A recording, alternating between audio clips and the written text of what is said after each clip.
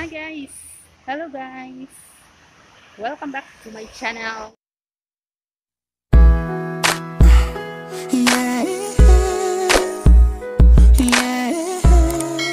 Guys, nandito ako sa labas.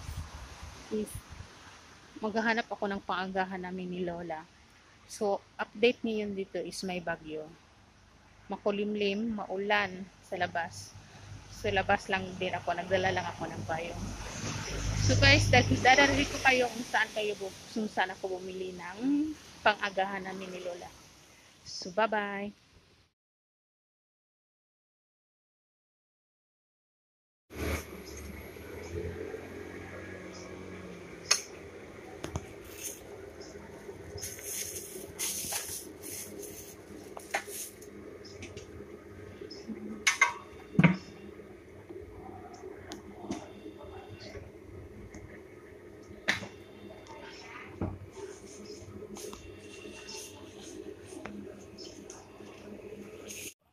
Update dito, maulan guys. Tingnan niyo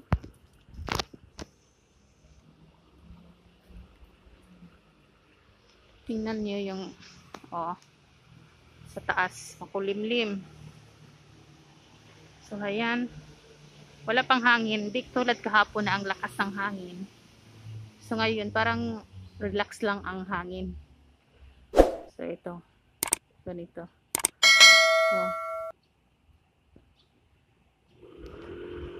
Tahimik. Unlike kahapon na grabe ang lakas ng hangin. So ngayon tahimik mo. So ayan, aftermath.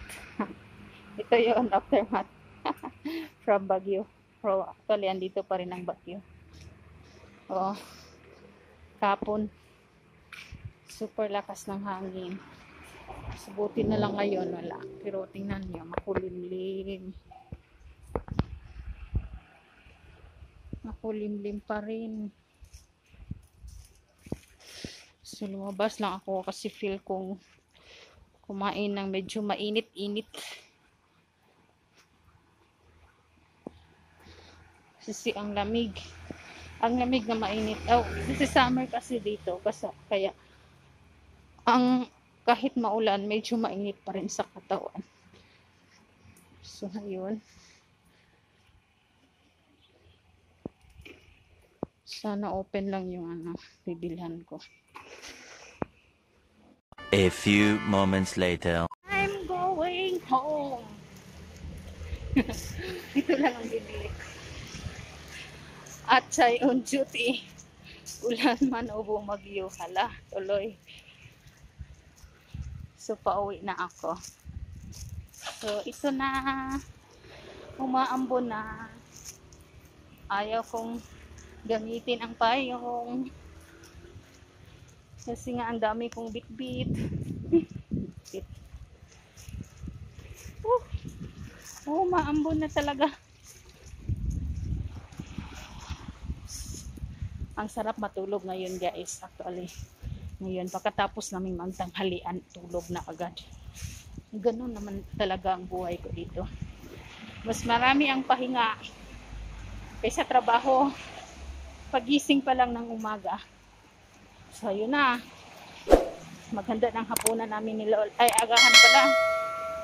Tapos, pagkatapos niyan, upo-upo, nood TV. Walis-walis. Pagkatapos niyan, magluto na ulit na tanghalian. 1 o'clock. Ako 1 o'clock is namin.